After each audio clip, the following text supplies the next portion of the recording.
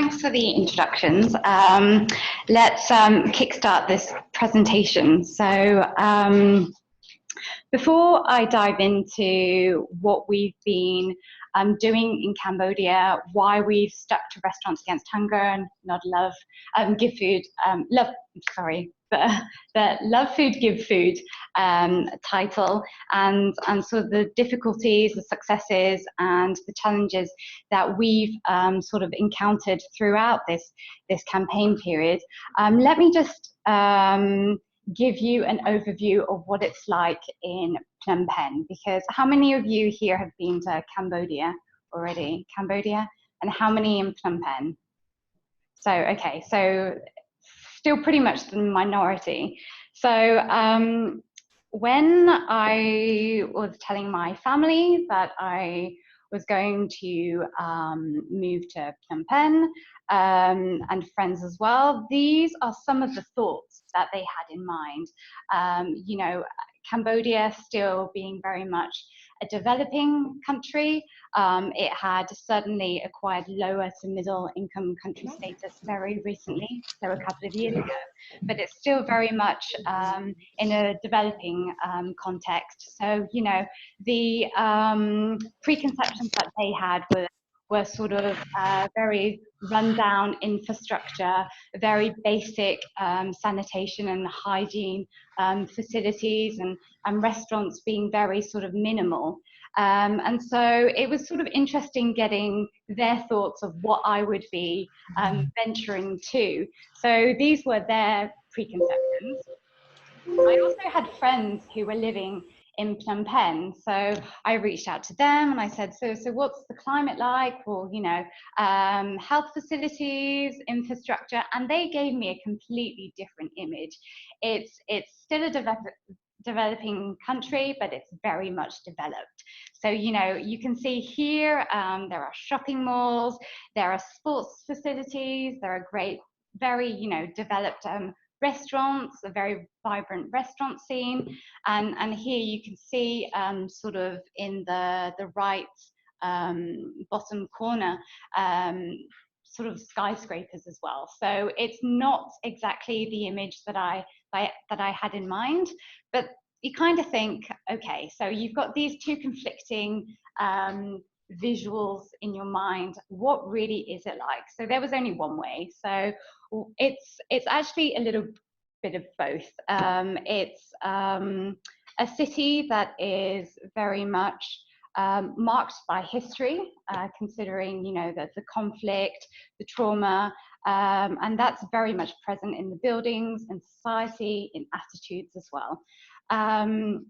It's a city that never stops to eat. It's there's a ton of food vendors, food markets, you know, for the adventurous ones who like to, you know, attempt to eat locally. But it's, you know, a great, it's a very great and vibrant scene, the restaurant industry. It's also a city where old meets new. So you can see the contrast in buildings, and the restaurant scene is just fantastic. So when you think of Cambodia, you don't think that there are Russian restaurants, but there are Ethiopian restaurants, but there are Italian, French restaurants. So I mean, it's again a very vibrant restaurant scene, a very young restaurant scene. So it's really against this backdrop that we decided, okay, let's go for it. Let's try and pilot something innovative that's been tried and tested in various countries around the world, which is Restaurants Against Hunger. So why did we want to go straight into Restaurants Against Hunger? Well, it's as sort of most of you know here, to sort of further partnerships, you need to go further than institutional donor support. You also need to branch out to the private sector. And that's what more and more NGOs in Cambodia are thinking. So there are over 3,500 NGOs in Cambodia. So it's huge. It's almost to the point where it's saturated, the NGO scene. And to sort of differentiate yourself from others and to be able to to extend your outreach into communities, to continue giving those precious nutrition counselling sessions, you need to be creative with funding. So that's why we knew that the private sector was an important ally. And restaurants, we all know here, restaurants are also a natural ally. They work more or less with delivering good food, and we work on promoting healthy food. So I mean, there's a strong partnership already there, which you've seen in you know, through various campaigns, not only in the UK but in Spain and in Latin American countries, and closer to Cambodia and the Philippines. It's really something that's taken. It's very well received by the public, and it's a campaign that's fairly easy to roll out. So before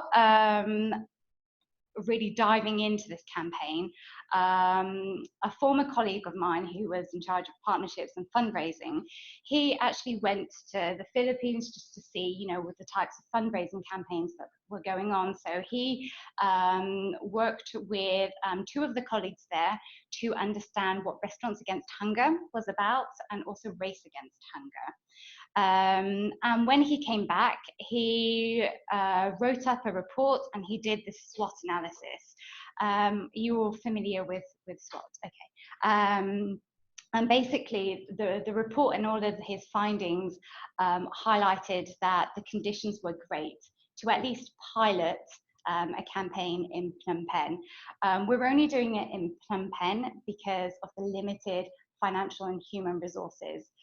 Siem Reap is where all the tourists flock to because of the temples and all of the other tourist sites, but because of our limited capacity, I would say, we decided to only pilot the campaign in Phnom Penh.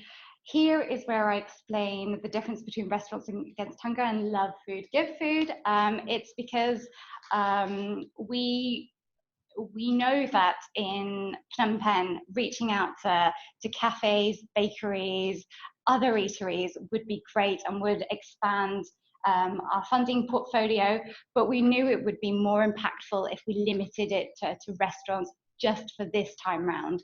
We didn't know how it would be received by the public, whether they fundraising campaigns through restaurants are a novelty, basically. It's never been done. So we didn't know how the public or how restaurants would react to this type of campaign.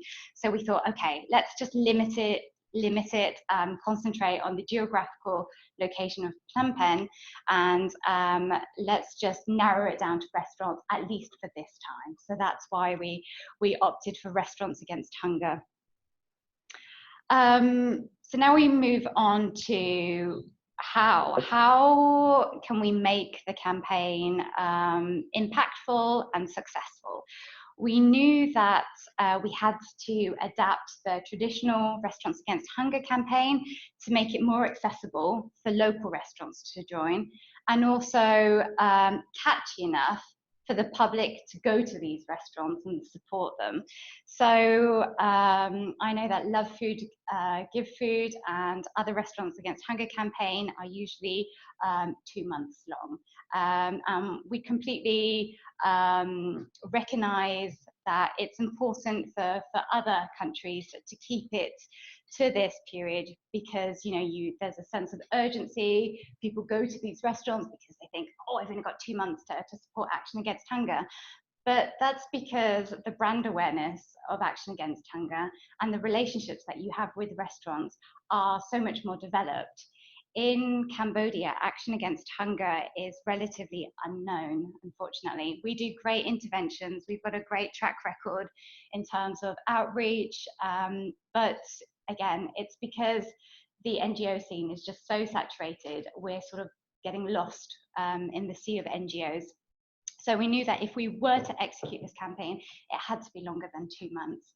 By the time people, if we stuck to 2 months, by the time people sort of familiarized themselves with this campaign, 2 months would have been up already. So that's why there was a decision to extend the campaign from 2 months to 6 months. We also knew that to optimize the results of the campaign, we had to be very, very flexible. We didn't know what the financial capacity of restaurants in Phnom Penh would be like. There are a ton of local eateries where you pay maximum $3. So we knew we couldn't just rely on those restaurants. And perhaps they didn't even want to participate because they thought, okay, I'm just making $3 per main dish. I'm not going to be able to contribute and make a difference. So we targeted a limited group of restaurants, which were more or less mid to high-end restaurants, and we provided them the choice to choose when to participate, bearing in mind that this is a 6-month campaign. So when you tell restaurants it's a 6-month campaign, it's kind of daunting for them to think, oh, I've got to donate 6 months worth of donations to Action Against Hunger. We said it was 6 months to allow them the choice to participate when they would, bearing in mind that we required them to stick to the campaign for at least 2 months. So again, trying to offer as much flexibility as possible. We also offered restaurants the choice to choose how much they wish to donate, bearing in mind, again, Cambodia, although it's fairly developed, it's still a developing country.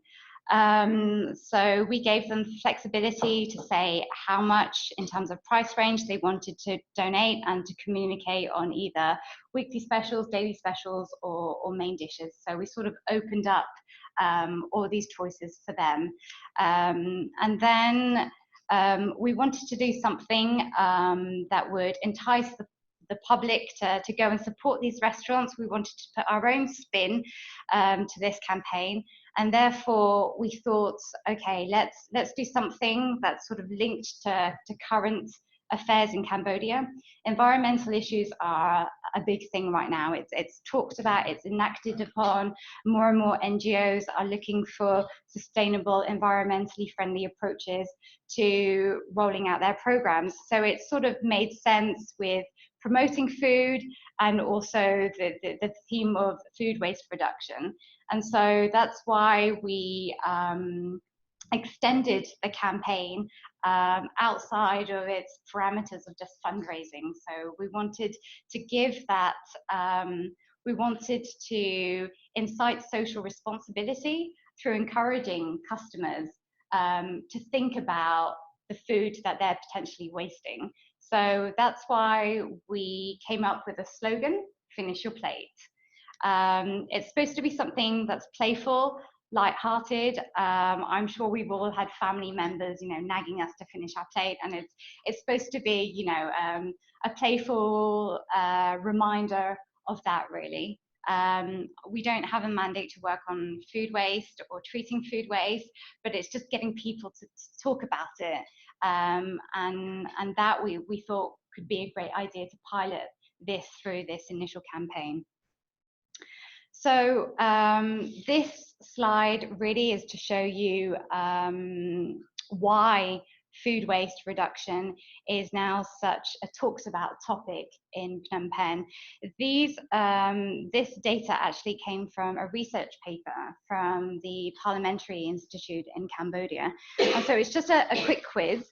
In Phnom Penh, food waste accounts for A, 30%, B, 50%, or C, 70% of the total solid waste composition, bearing in mind that solid waste composition is sort of plastics, you've got kitchen food waste, foam, and I think glass is in there as well.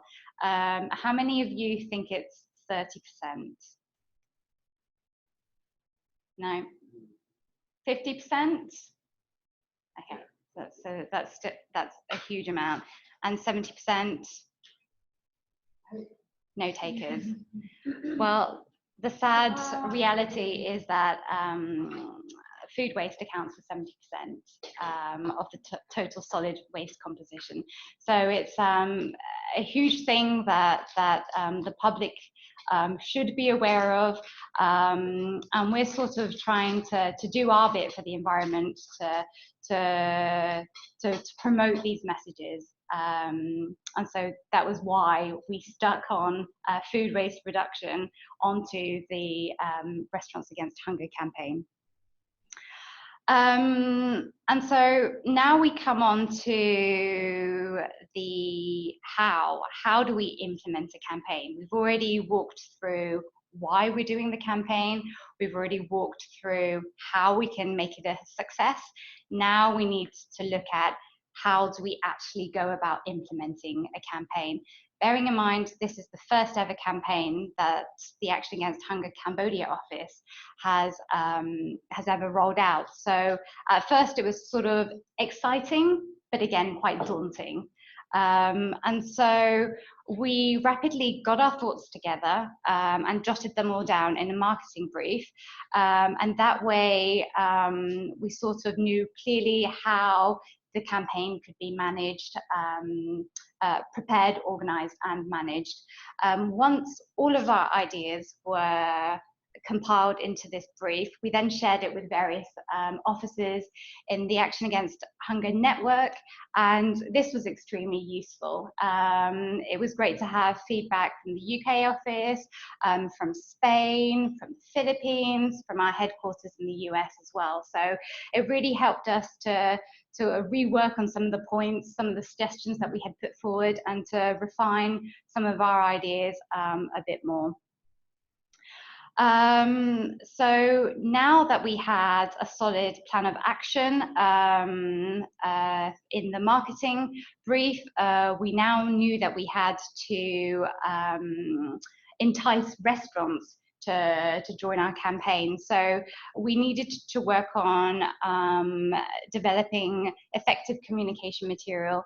And these are some of the material that we developed and that were used during initial meet and greets with restaurants. So this here is an A4 poster that we had developed, and it basically talks about what Action Against Hunger is and does at global and national level. I'm not sure if many of you know here, but Action Against Hunger started working in Cambodia in 1989, so just after the Khmer Rouge, and worked all the way up to 2007.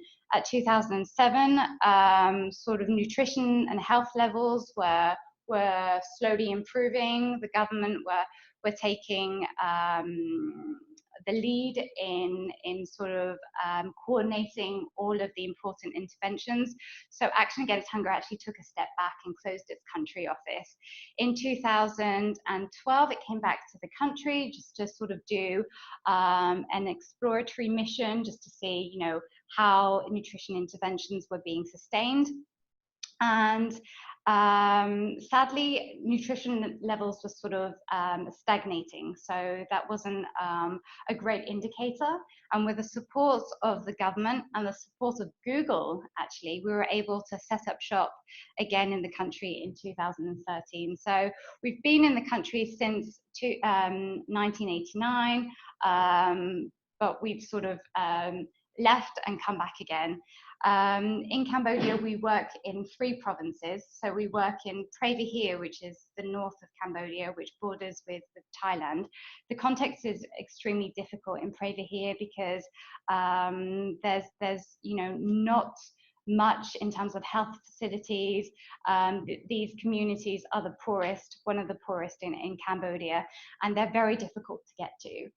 Some of our staff have to travel in wet season, they travel by boat, and in dry season, you know, they travel on these roads, but they're severely underdeveloped. So it's very difficult to continue outreach in this province. We also work in the sort of middle of Cambodia in a province called Kampong Thom. And we also work towards the south, near the coast, in a province called Kampot. So essentially we work in 3 provinces across Cambodia. So it's this poster is to sort of just to get restaurants, the public, familiarized with what we do and where we work in Cambodia. We also developed a sort of summary of the campaign, and this was used as visual support during meetings with the restaurants. And it basically highlights the main objectives of the campaign, one being obviously a fundraising campaign through restaurants, and secondly, the second objective is to raise awareness of food waste reduction and to get people thinking about it as well. You'll see that there's a very simple infographic about the various steps of how the campaign works. So I think most of you are familiar here. Step one is you order your meal, and based on whether a restaurant wants to donate a portion of its weekly specials or main courses, then you sort of adapt the communication accordingly. Step two is that when the order is placed and when a customer has finished his or her meal, a portion of the price is donated to Action Against Hunger. Step three then sees Action Against Hunger donating 93 cents of every dollar received to our nutrition support interventions in the field.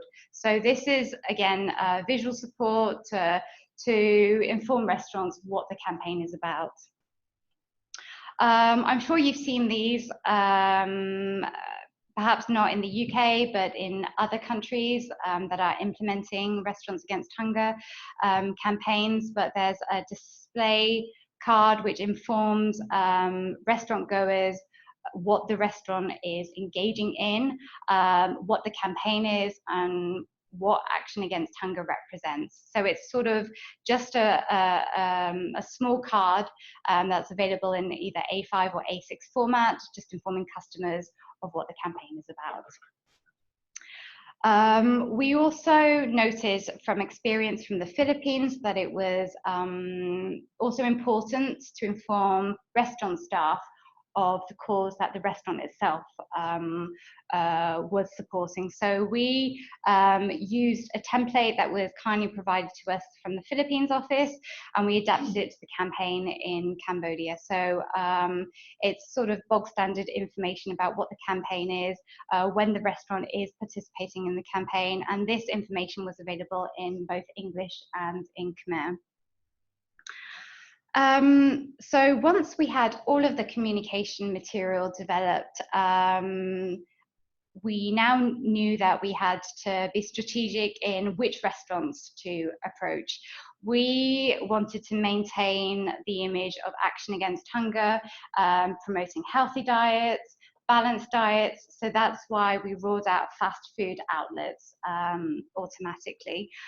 We also ruled out sort of lower end restaurants, as I mentioned earlier, because of the financial burden. So we put together a list of about 30 mid to high end target restaurants that we had pre-identified prior to the launch. And restaurants were then contacted by order of priority. So we knew that, for example, one of our partner restaurants were the 3 restaurants at Raffles Hotel in Phnom Penh, which is this iconic, very luxurious hotel. And we knew that it would be important to contact them first, because, you know, they are a big brand, a big name. If we were able to secure partnerships with the 3 restaurants, it would sort of make pitching to other restaurants a little bit more easier to say, to boast that, oh, we've got Raffles campaigning with us.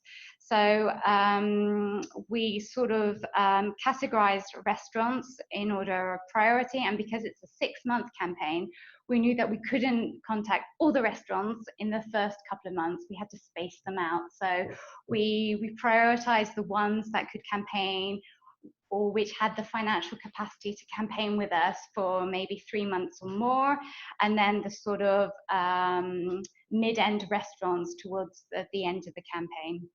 the restaurants that didn't respond immediately to our calls or our emails, well, they were then just contacted at a later date.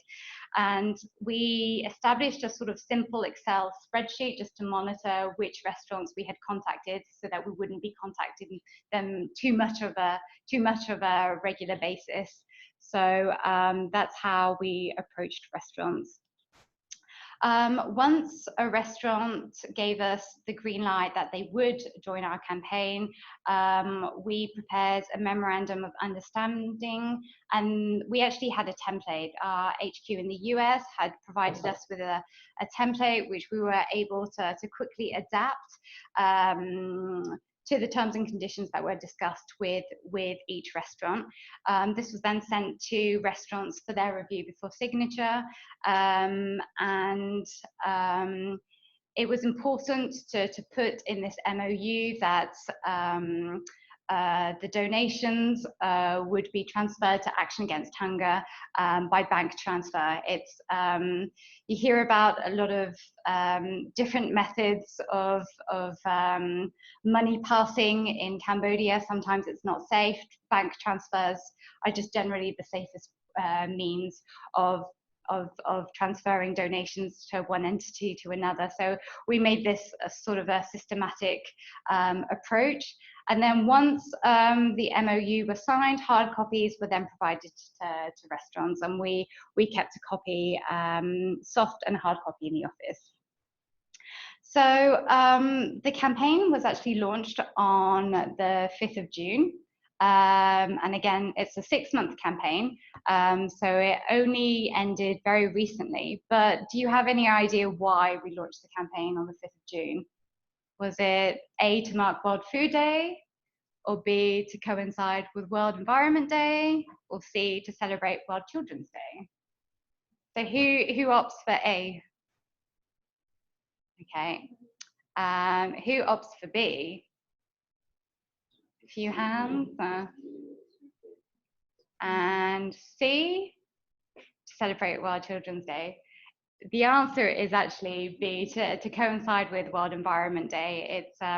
It's to sort of reinforce our message of getting people to think about, cutting down on food waste. So that's why it was symbolic for us to launch the campaign on the 5th of June, which coincided with World Environment Day. So when we launched the campaign, we had secured 8 partnerships with restaurants. We had no idea, in all honesty. We had no idea whether it would be 2 partnerships, whether it would be 10 partnerships, whether it would be more. And we thought this was a great achievement for something, that's very new to Cambodia. So to publicize the campaign more and to get the public knowing more about the campaign, to get more restaurants on board, we decided to have a sort of launch event for the campaign. And so we decided to create a specific page on Facebook to provide details of the launch event and to invite the public and other restaurants to attend. We have a very limited budget in Cambodia. I was told that I had $1,000 for the campaign, so it's very, very tight. So any event that we were to host, it had to be minimal amounts or at no cost to Action Against Hunger. We were able to strike up a great partnership with Java Creative Cafe, which is a trendy restaurant in central Phnom Penh, for no cost. So for us, that was a massive achievement. And at the event itself, the country director gave a short introduction of Action Against Hunger. I presented briefly about what the campaign would entail, and then it was followed by a fun interactive quiz. So again, we didn't know who would turn up to the event, if anybody at all, and there was a great support from the public. The establishment that we held the event in, it was actually packed. a load of people were participating in the quiz, which was about Action Against Hunger, our nutrition interventions, food waste, and the campaign itself. So it was really nice to see that support. And at the end, a lot of the public and restaurants joined us for zero waste snacks that the restaurants had catered for us. We had actually put a donations box at the beginning of the evening at the restaurant bar, and by the end of the evening, that had actually covered the cost of the catering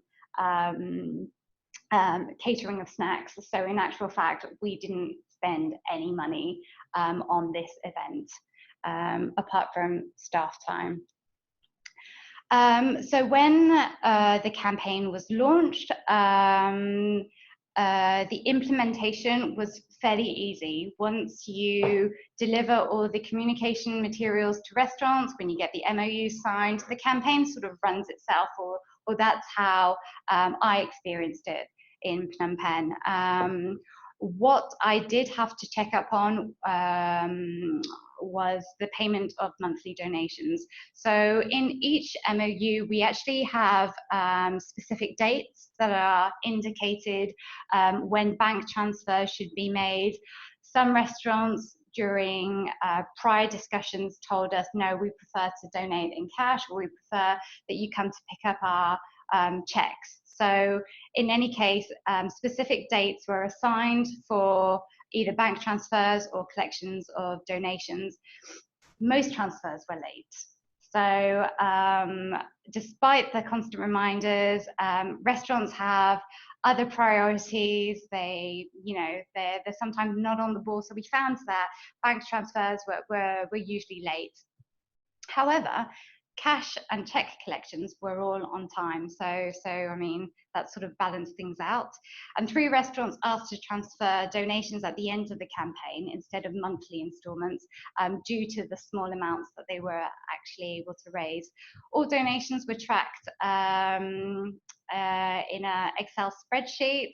I'm pleased to report that we've had no non-payments registered to date. So everybody, each restaurant that has committed to their campaign has donated or is still donating, because they still have until the end of the month.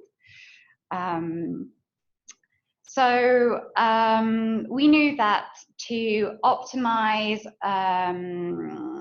outreach, we needed to advertise the campaign. We needed to increase our brand awareness so that people sort of understand who we are, what we do, and where donations are going to. So we tried to attend or organize as many events as possible throughout the campaign period. This is just an example of one of the events that we attended. It was organized by the Konrad Adenauer Stiftung, which is a German think tank, and it has an office in Phnom Penh.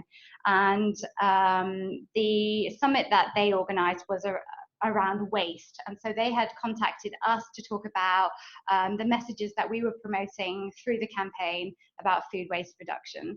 So we were able to go to that summit and display various communication material and to talk to the public about the campaign itself.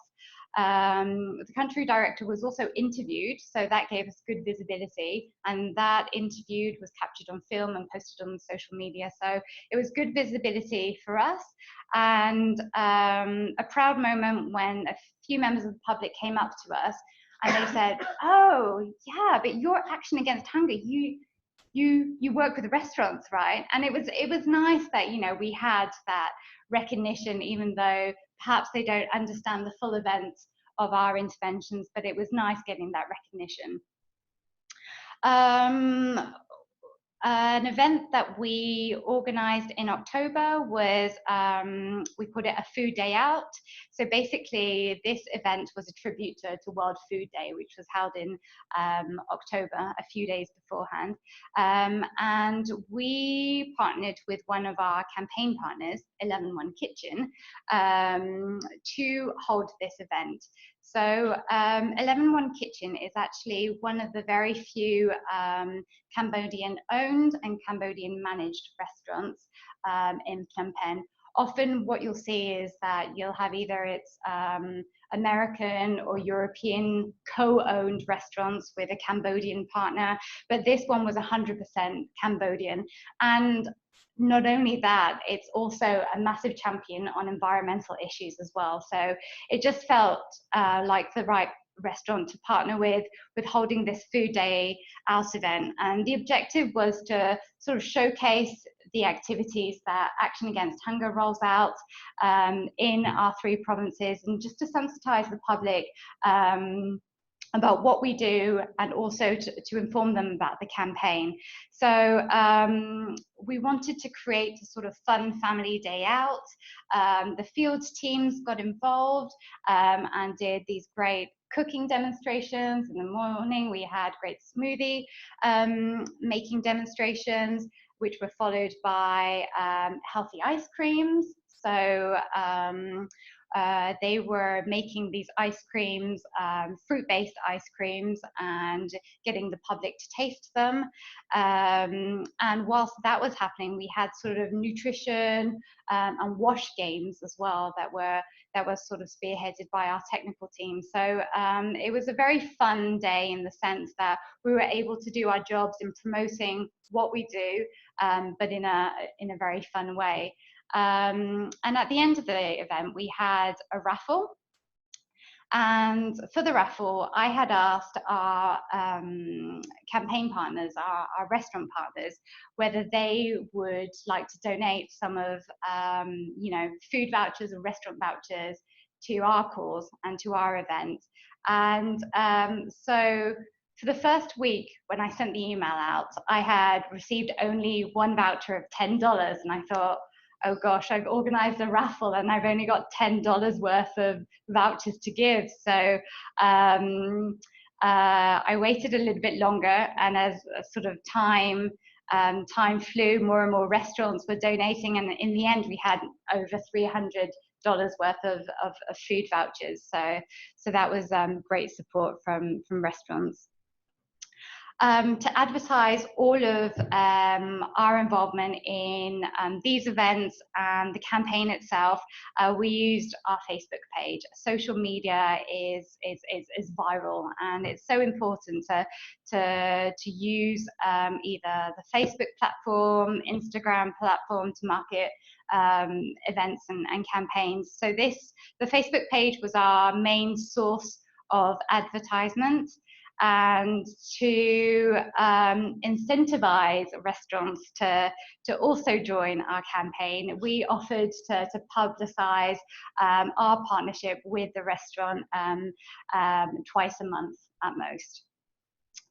We also developed a short video about the campaign. So an intern and I, we are complete amateurs.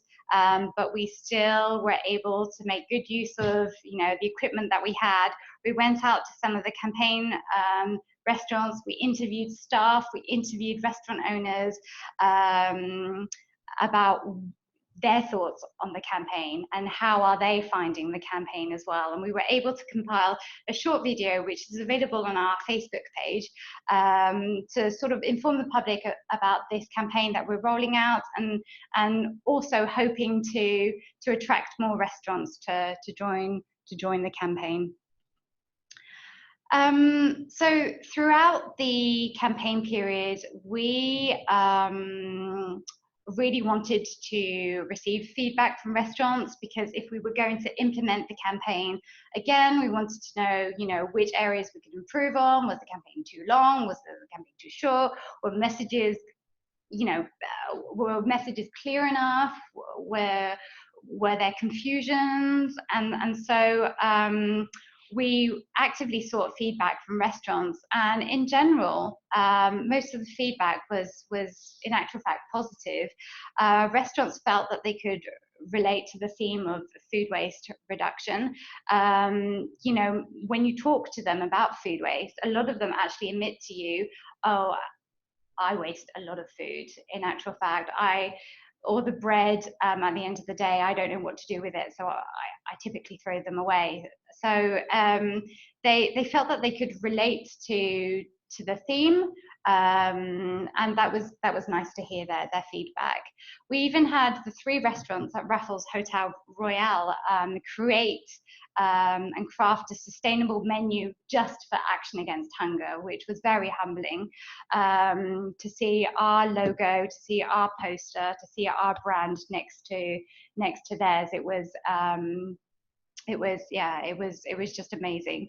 And this particular menu, they used only locally and sustainably sourced ingredients. So it was nice seeing their uptake on food waste and sustaining natural resources. We also got negative feedback, which is normal. We didn't know how restaurants would warm to the campaign, if they would at all. One restaurant thought that "finish your plate," the slogan, was too aggressive. So again, we welcomed all types of feedback, and that's only one way for us to improve if we were to implement another campaign. So yeah, I'm sure other country offices, when they're implementing these types of campaign for the first time, I'm sure that they get mixed reviews as well, but it's important to have that feedback. In terms of donations, feedback from restaurants were mostly sort of, when you spoke to them about donating to not just to the cause but to Action Against Hunger, some of them were quite anxious actually, because again, this is a developing country context, and not only that, but the food and beverage industry had just been slapped new tax reform. So they were suffering sort of financially from these new policies, these new tax reforms. But the fact that we were very flexible in letting them choose how much they could donate to the campaign, they sort of warmed to that. So the fact that we offered sort of full-on flexibility meant that more and more restaurants were able to join. One of the questions that we received, actually it's a regular question, was how much is the average restaurant donating? So we had varying amounts. Some restaurants preferred to donate lump sum amounts because it didn't want to count the number of main courses ordered per month. Others knew exactly that they wanted to donate 25 cents on each main course. Others said, okay, I'll start with 10 cents and I might increase it during the campaign. So the only answer that we were able to give was a sort of indicative price range, and that's what we did. We said between 10 cents and $1 per main course or weekly special. So the campaign ended a few weeks ago on the 4th of December, and we were able to recruit 20 restaurants throughout the 6 months. We didn't have an end of campaign event. That was because in October, it was confirmed that the Office of Action Against Hunger in Cambodia would be closing. So it just didn't seem appropriate to have a sort of event to mark the end of the campaign. The total amount of donations estimated is $4,000, which is nothing compared to what you guys champion in the UK and in other countries, but it's still an incredible achievement in Cambodia, given the financial status of the country and also the small percentage of diners who can actually afford to go to the restaurants that we had targeted. So all in all, we thought that it was a success in terms of brand awareness, visibility, and being able to lessen the financial burden that the country office is facing. So I guess this is sort of some of the conclusions of rolling out a campaign with limited human and financial resources. It's possible. I prepared and managed the campaign by myself, and that was only dedicating 80% of my time to running the campaign. yes, it's a small scale campaign because we're only working with 20 restaurants, but bear also in mind that we basically had a very tight budget as well. So it is possible for other country offices in a similar developing country context to roll out a Restaurants Against Hunger campaign. We also found that towards the last 2 months of the campaign, because of the visibility and the attention that the campaign was accumulating, there was Sofitel who wrote to us asking for a parallel partnership. There were also other hotels, other restaurants from different areas in Cambodia writing to Action Against Hunger, wanting to scope the possibility for a partnership. And so it was great to be able to leverage that. Unfortunately, we're not going to create those partnerships with the country office closing, but it's nice to know that, you know, even though we've only just raised $4,000, we were also to leverage interest from other private sector entities as well. It's the first campaign, if I understand correctly, to promote both a social and environmental cause. We didn't know how that would be received, but you know, we got overwhelming support from restaurants, and many actually told us that they were more inclined to support a double cause. So all in all, it's been for me, it's been a pleasure to test out this new fundraising mechanism, to interact with the restaurants that were participating in our campaign, and to work with staff as well to see how we can manage, you know, all the donations collected internally as well. So I'm really for it. And yeah, so I hope that's given you some sort of insight to what we've done, and how we've been able to roll out this campaign with very limited human and financial resources. So that's it. And oh, sorry, we got some more. We got some lessons learned. I thought that was the end of the presentation, but some of the lessons learned was that on average, restaurants wished to stay in the campaign for 3 months. So that was an average. We had a few restaurants staying for 5 months, and some just wanting to commit to the 2 months, the minimal 2 months engagement.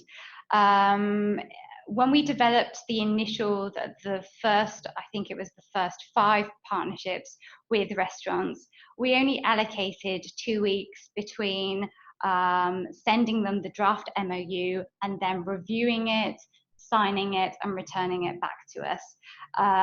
Again, restaurants, they have other commitments, they have other priorities, and often the 2-week window was too short. So my recommendation would be to give them, you know, more of a leeway to review the MOU.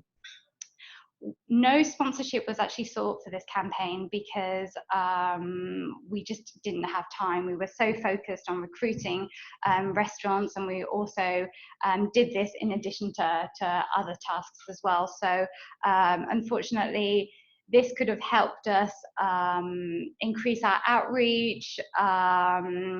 I know that we had contacted a couple of newspaper companies in Phnom Penh just to sort of advertise the campaign, but in the end we decided not to go with that idea because the cost of an article, we just couldn't justify it. It was incredibly high. So if you have that sponsorship money, then I guess it could pay for newspaper articles if, you know, you have to pay for them. And I know that in the Philippines they do billboard advertisement, but I think they've been able to leverage in-kind support for that. So in any case, sponsorship, we recognise now that it is very important and could have helped us to market the campaign further. One of our biggest challenges was to recruit Cambodian restaurants, and the main reason for this was the language barrier. I just speak perhaps 10 words in Khmer, which isn't enough obviously, to broker partnerships. And just at the time when we were reaching out to restaurants, none of my Cambodian colleagues were available at the time. So it was just me approaching restaurants in English. And I think it would have been helpful if somebody who spoke Khmer was able to go out to recruit restaurants with me, just to facilitate dialogue and obviously understanding of what we do at Action Against Hunger and the campaign itself. There was a lower uptake of restaurant participation in the first 3 months because it was a low season in Cambodia. Which meant that there are fewer tourists and fewer customers going to these restaurants. However, having said that, 8 of the 20 restaurants preferred to start the campaign during this period then. So it was a good job that we didn't limit ourselves to just, having a shorter campaign. There was a significantly higher uptake registered in September and October. That was also because we intensified our outreach to restaurants as well. If we were to do it again, I think the ideal period would be September to March to get, to really embrace and take advantage of the high season in Cambodia. So that's about it. I hope it's given you a sort of idea of how we've been able to manage the campaign and some of the successes and challenges that we've had as well. So if you have any questions, I'm happy to respond to them. It's a great campaign, so congratulations. I just wondered if you had considered, rather than restaurants doing a donation on a dish, whether it could be an amount added to customers' bills, which doesn't cost the restaurant anything. That's the model we tend to use here. Absolutely. And I don't know if it maybe the cultural reasons, perhaps it didn't work in Cambodia, but just wondered if you thought about that. We had actually, that was some of the feedback that we got when we sent the marketing brief out. I think it was, it may have been Rose from the UK office. I'm not sure if she's still, okay. So she did mention this to us, but it's just tipping isn't really a culture, the done thing in Cambodia, so it would be difficult to sort of bring this concept of tipping in sort of high-end restaurants, sure, because it's usually, the expat community and more tourists sort of go towards these restaurants. But we knew that it would be incredibly difficult to fundraise through tipping instead of, calculating whether a portion of a main dish could be just transferred to Action Against Hunger. So we did speak to several restaurants, and most of them sort of chose the other option of donating a portion of, whatever it wanted to communicate with the specials and courses.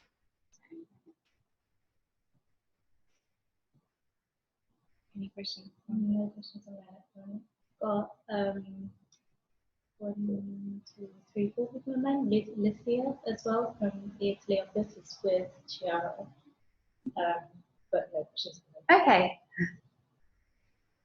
Thank you. Well, thanks for listening and carving out time in your agenda. Thank you very much. So we have recorded this webinar and we'll be uploading it to the Knowledge Against Hunger website and circulating the links there. Thanks everyone. Thank you.